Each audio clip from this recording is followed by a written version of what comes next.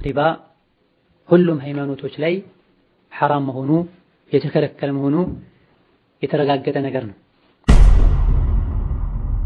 አላህ ሱብሓነሁ ወተዓላ ሪባን የሚበላ ሪባን የሚሰጥ ሰው ከፍተኛ ዛቻ ዝቶበታል።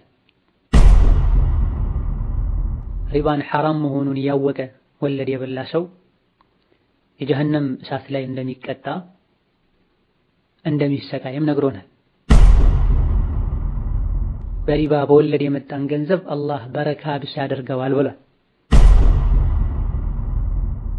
አንድ በሐራም የሚገኝ ብር ወይም ድርሃም ከ33 ወይም ከ36 ዝሙት እንደሚበልጥም ተናግረዋል አለይሂ ሰላቱ ወሰላም።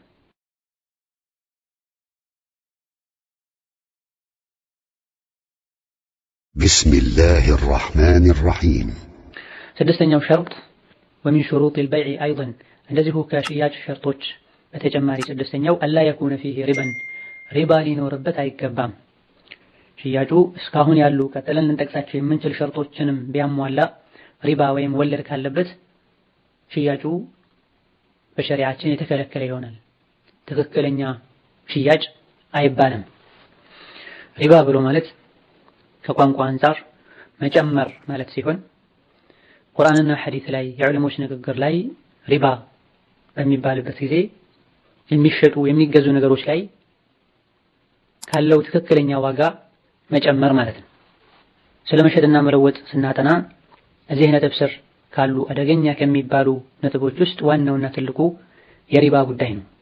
ሪባ ሁሉም ሃይማኖቶች ላይ ሐራም መሆኑ የተከለከለ መሆኑ የተረጋገጠ ነገር ነው። አላህ ሱብሓነሁ ወተዓላ ሪባን የሚበላ ሪባን የሚሰጥ ሰው ከፍተኛ ዛቻ ዝቶበታል። እነሆ ሱረቱል በቀራ 275ኛው አያ ላይ الذين يأكلون الربا لا يقومون إلا كما يقوم الذي يتخبطه الشيطان من المس ብሏል። እነዚያ ሪባን የሚበሉ ሰዎች የቂያማ ቀን ተነስተው አላህ ፊት መቆም አይችሉም። ልክ ልክፍት እንዳለበት ሰው እየተንገዳገዱና እየወደቁ እንጂ ይላል። አላህ ሱብሓነሁ ወተዓላ ሪባን የሚበላ ሰው የቂያማ ቀን ከቀብሩ ሲወጣ የቂያማ ሜዳ ላይ ሲቆም በምን መልኩ እንደሚቆም ነግሮናል። አዙሪት በሽታ ወይም ደግሞ ለክፍት ያለበት ሰው መቆም እንደማይችለውና እንደሚወድቀው ሪባን ሲበሉ የነበሩ ሰዎችም አኺራ ላይ ሆዳቸው ተነፍቶ መቆም አቅቷቸው በተደጋጋሚ ይወድቃሉ።